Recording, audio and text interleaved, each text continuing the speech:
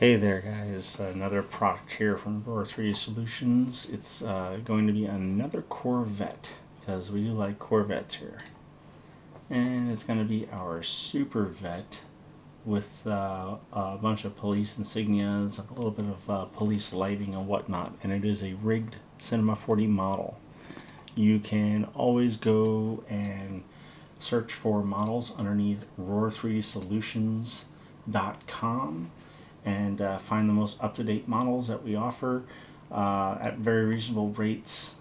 Everything is rigged, and it is a direct place-in for Cinema 4D. You also are offered lower rate or lower cost models by using this ad on YouTube to go ahead and send a note, and you can purchase it at half price. All you have to do is send a link or send a note stating that that's what you've done. You can also go on cgtrader.com, and underneath Jason Rohr or Rohr 3D Solutions, you'll find a whole bunch of our models available as well, and there are a variety of different prices. Also willing to work with you guys on a half price sale for the model by using this ad. So let's talk about it, and it won't take us too long.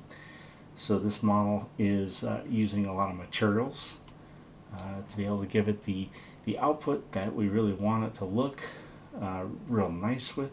So all you have to start with is simply select the root folder. You'll see the expressor tag in the corner here.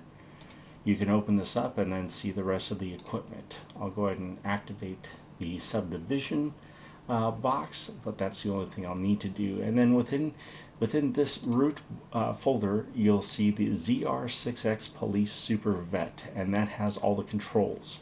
They're very simple on this vehicle, so we'll just kind of walk through real quick. As always, you have level detail in the editor that you can adjust.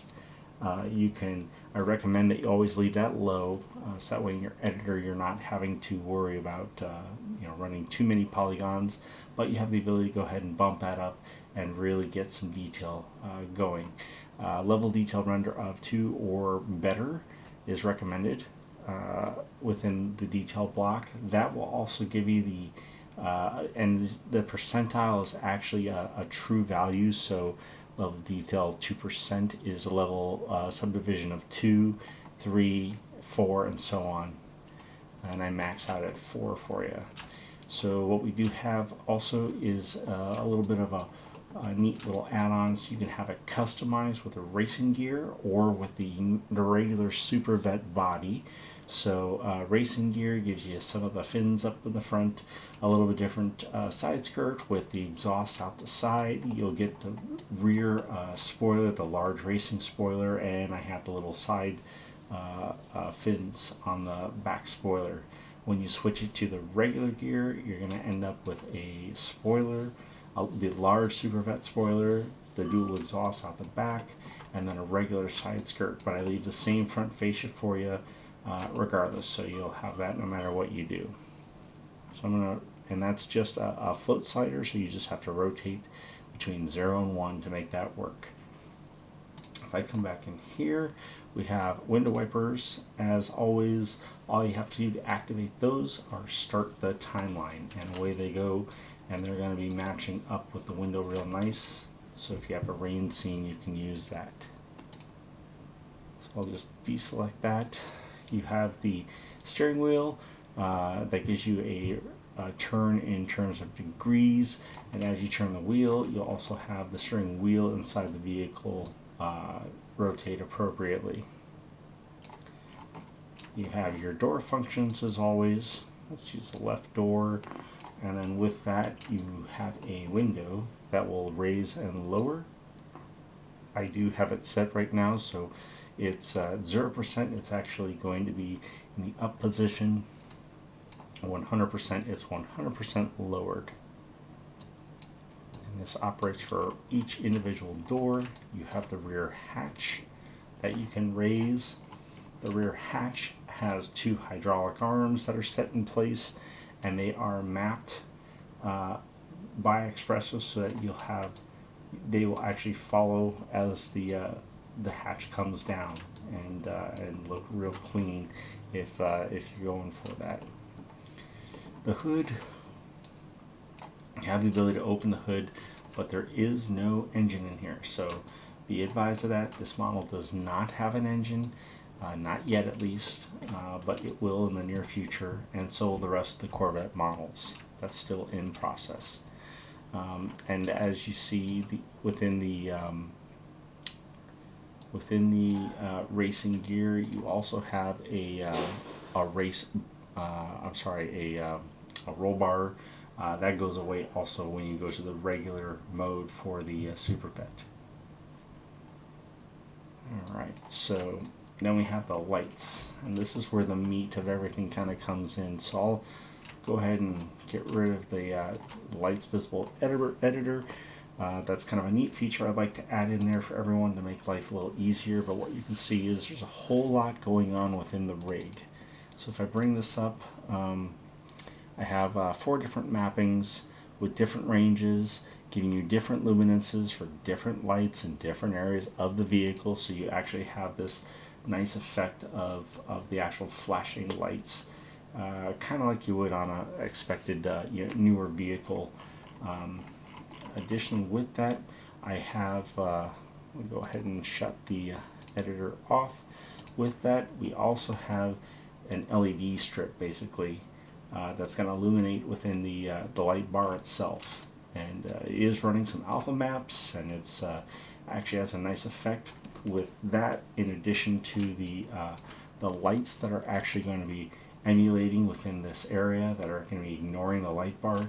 You're going to get a really nice bright tone when you're running those lights. As always, you have your headlights, so you have the running lights, which activate your normal running lights. You have your headlights, which activate just the 2 inner headlights, which normally actually are your brights. Where the normalized headlights are, those are actually strobes.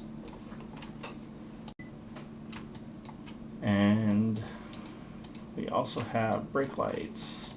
So when you have the headlights active, you'll have these little central kind of eagle eye-esque lights illuminate, and then when you hit your brake lights, you actually have an illumination for the normal texture. So that's just kind of a neat add-on. Turn signals, as we see here with the timeline running, your turn signals will have a nice little blink to them. And there you go. So you have your right and your left turn signals. And then, of course, you also have your interior lights. So if we open the door up again and we take a look at the interior lights, you'll see how as I come down to 0, the default light kicks back on. But as I start ramping it up, you have control of this. You also have control of what color you want. So if you want a white light, that's fine, you can do that. You want a blue light, go for it. Go ahead and modify it however you see fit. I'm always partial to red, so that's why I have a little bit of a red hue to it. I like the red lights. So we'll drop that back down, and then last but not least, just to show you what it is that you're going to get for when you actually want to throw this into an animation. Here's a quick rendering of the vehicle with the lights. Your window wipers are running, you have the lights in the windscreen, you have the lights on the roof, in the back of the car, and on the back windshield. And then appropriate your wheels, your blinkers, and the interior lights and whatnot. So that's what you'll get with this model. It's as I said, a direct plug-in, drop-in for Cinema 4D. You'll be able to make some really nice renders and have some really cool police chase scenes. So the last little bit that I want to make sure I also show you is it does have the mapping with the wheels to the ground on a global position. So as you're rolling over the ground, your wheels will actually map along to the ground just the same. So if you throw it into a spline and you want to just track a spline, you'll be able to do that and have a really cool effect without having to worry about individually rolling each of the wheels. So as you adjust your turning that won't affect negatively at all on the wheels, and your calipers won't rotate; they'll stay in place. You'll just have the wheels making that rotation within that null. Alright guys, again, thanks for watching this video. I hope you enjoyed, and I hope that you're interested in this product. Look for it on cgtrader.com and on roar3dsolutions.com. Thanks and happy modeling.